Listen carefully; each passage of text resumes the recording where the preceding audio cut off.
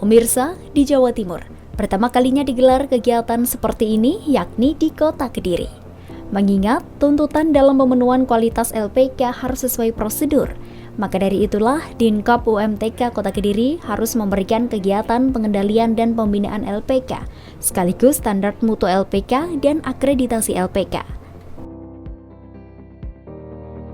Ya, tuntutan kegiatan yang berkaitan dengan lembaga pelatihan kerja ini makin hari semakin harus kita penuhi dengan baik.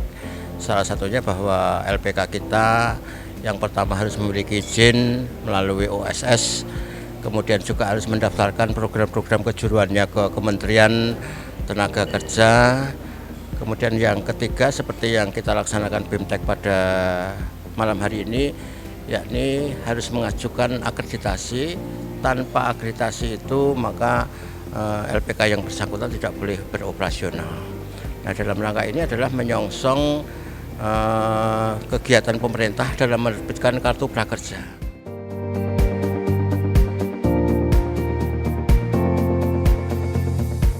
Sementara itu pemirsa, Kasilat Prodisnaker Trans Provinsi Jawa Timur dalam memberikan materi, turut juga memberikan arahan kepada para pemilik LPK, yakni peluncuran kartu prakerja yang akan diluncurkan pada bulan Juli. Maka dari itu, para peserta ini harus mempersiapkan mulai dari saat ini.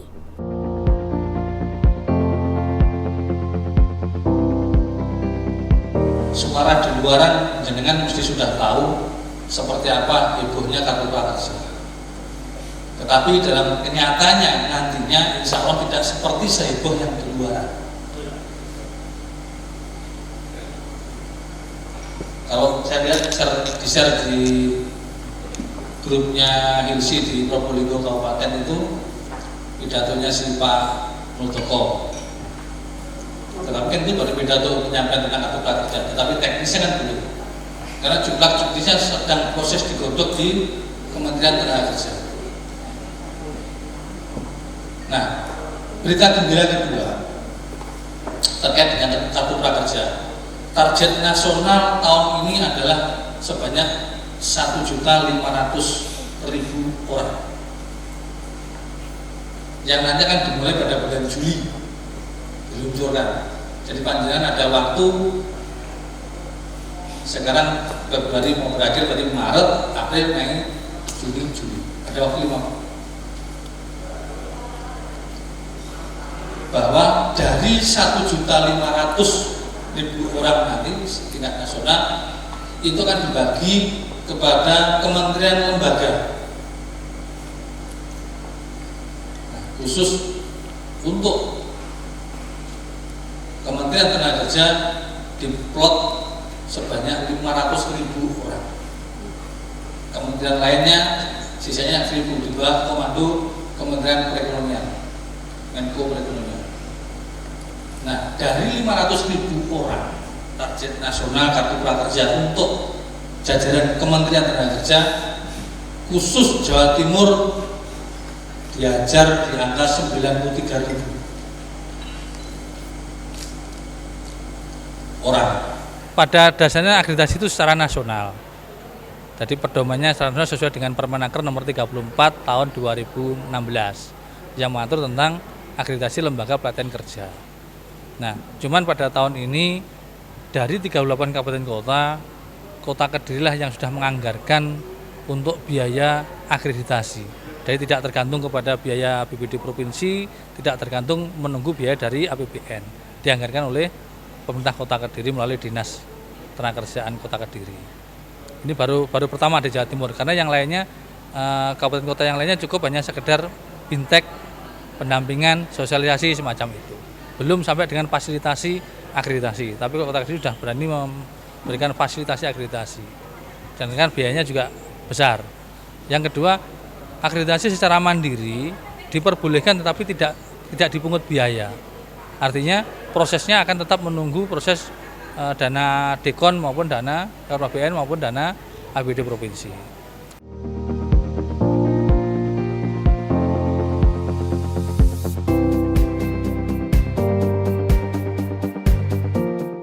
Masih dalam kesempatan yang sama, Kasilat Prodisnaker Trans Provinsi Jawa Timur sekaligus narasumber turut memberikan penjelasan kepada audiens terkait Online Single System atau OSS yang bertujuan untuk mempermudah dan mempercepat perizinan para pemilik LPK.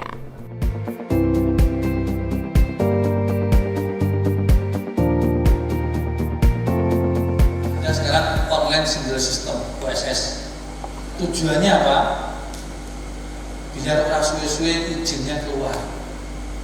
Tapi kenyataannya orang selesai. Ya kan? Nah, anehnya di situ. Karena ini ada akhirnya dengan proses itu nanti dua ini, Permenaker 17 dengan Permendagri katakan benturan. Ini proses dasar Permendagri. DKI sampai dengan akhir 2019 belum menerapkan OSS. Kalau kalian tahu, DKI malah yang di pelosok paling jauh sudah dibutuhkan OSS karena belum tahu isinya itu apa. Tujuannya sebenarnya itu kalau sudah terbuat di OSS bisa diakses secara nasional. Nyatanya belum ada koneknya ke sana belum. Konek ke sistemnya provinsi aja belum, apalagi konek ke Kemendagri. Karena tujuannya adalah untuk perampingan organisasi agar pelayanan perizinan itu bisa cepat. Tapi perangkatnya, SDM-nya belum siap semuanya. Bahkan mungkin yang ironi, kalau dia datang ke perizinan, kalau petugasnya tidak paham, satu tidak paham, dua tidak mau paham, tiga nggak peduli, jawabannya wis pokoknya kuwi Bu turu tono. Nggih. Dia tidak bisa memberikan konseling, tidak menjelaskan. Bahkan pernah terjadi harus mengurus izin tentang satu hal itu apa?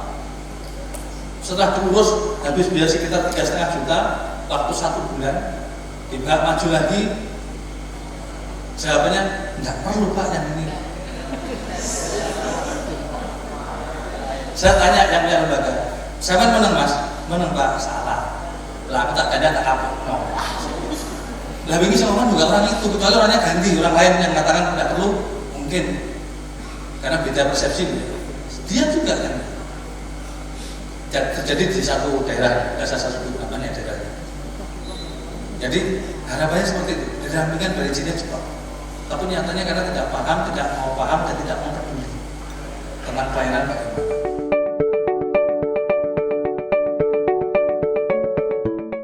Kegiatan ini pun mendapatkan antusias dari para peserta kegiatan karena lebih mengetahui terkait dengan persiapan akreditasi hingga pemahaman 8 standar kompetensi. Alhamdulillah kesan kami setelah mengikuti BIMTEK ini luar biasa, pemahaman 8 standar kompetensi yang akan disampaikan terkait dengan persiapan akreditasi untuk LPK. Alhamdulillah kita sudah menguasai dan insya Allah besok kita akan detailkan lagi informasi terkait berkas-berkas atau dokumen-dokumen yang harus kita siapkan. Paling tidak dari titik tekan apa yang sudah disampaikan pemaparan semalam tadi ini, ada banyak penekanan, termasuk diantaranya adalah pentingnya sertifikat metodologi bagi instruktur, karena banyak sekali teman-teman yang belum punya. Itu yang pertama. Yang kedua adalah bagaimana menyiapkan dokumen-dokumen mulai dari standar 1 sampai standar 8 yang terarah dan terukur. Karena banyak diantara juga informasi yang kami terima tadi, antara standar 1 sampai 8 justru yang standar 7 tata kelola itu sangat minim. Padahal itu adalah poin daripada beberapa standar yang ada. Ya, alhamdulillah sangat positif dan baik sekali. Ini semangat yang luar biasa yang dilakukan teman-teman, meskipun kita mulai dari jam 6:30 sampai jam 11 malam. Ini merupakan event yang luar biasa ya. Biasanya pagi hari sampai sore, ini malam-malam dilanjutkan besok pagi, karena akreditasi kedepannya penting. Dari Dinas Tenaga Kerja ini memang mensupport kami untuk bagaimana kita nanti bisa sukses. Saya beserta teman-teman LPK Kota Kediri mengucapkan banyak terima kasih kepada Dinas Tenaga Kerja yang telah memfasilitasi sehingga teman-teman bisa sukses dalam persiapan akreditasi.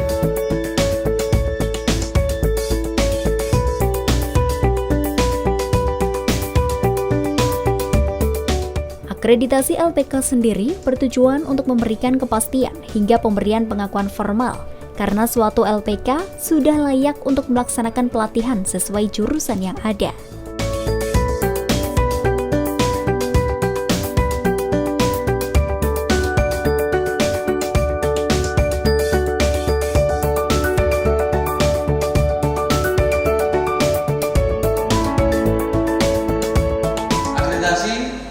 Tujuannya adalah untuk memberikan kepastian jaminan mutu. Proses pemberian pengakuan formal yang menyatakan bahwa suatu lembaga telah memenuhi persyaratan untuk melakukan kegiatan pelatihan. Artinya sebenarnya kalau lembaga pelatihan itu belum terakreditasi programnya, belum layak untuk melaksanakan pelatihan. Apapun nama lembaganya, apapun programnya, sesuai amanat undang-undang secara normatif, kalau belum terakreditasi programnya belum layak untuk melaksanakan pelatihan. Makanya di Permenaker 17 tadi ini sebagai penjabaran pelaksanaan dari Undang-Undang Nomor 13, di situ diberikan longgaran waktu 3 tahun setelah izin diperoleh. Nah kalau izinnya mulai awal berdiri tahun 2006, sekarang sudah berapa tahun? Nggak terakreditasi. Mestinya upaya-upaya ada pembinaan. Nah, inilah pembinaan yang dilakukan oleh dinas kota seperti ini pembinaan. Makanya di undang-undang pemerintah wajib hadir, ya seperti ini pemerintah hadir. Artinya apa? Mengupayakan pembiayaan untuk pembinaan terhadap lembaga. Bersyukurlah dengan yang ada di kota ini dibiayai. Nanti kayaknya setelah ini ada pendampingan. Nah, ini agak cepat aja. Pengenalan aja secara teoritis, nanti ada pendampingan. Standar kompetensi, masih adakah panjenengan semua di sini yang belum tahu tentang standar kompetensi? Angkat tangan. Nggak usah sungkan-sungkan. Yang belum tahu standar kompetensi, tolong angkat tangan. Tahu semua kan? Oke, saya lanjut. Kalau artinya bisa baca dari sini. Standar kompetensi ada 3 yang kita anut, ada 3. Standar nasional yang kita kenal istilah SKKNI, ada standar internasional, ada standar khusus industri. Kami sampaikan dan terima kasih sekali lagi pada Dinas Koperasi dan Tenaga Kerja Kota Kediri yang telah memfasilitasi ini, dan mudah-mudahan semua LPK yang ada di Kota Kediri ini bisa maksimal dan bisa masuk wawasan untuk bisa mendapatkan fasilitas kartu prakerja untuk kesempatan anak-anak yang bisa kita didik. Saya sangat terima kasih kepada Dinas Tenaga Kerja yang telah memberi sosialisasi dan akreditasi, persiapan akreditasi bagi LPK, karena pada hari ini ya malam kita bersemangat untuk mengikutinya, sehingga LPK-LPK yang ada di Kota Kediri akan menjadi sukses terakreditasi dan akhirnya bisa dipercaya untuk oleh pemerintah untuk prakerjanya itu ya. Jadi nanti program prakerja ya mengakses program prakerja yang notabene dari Presiden Jokowi.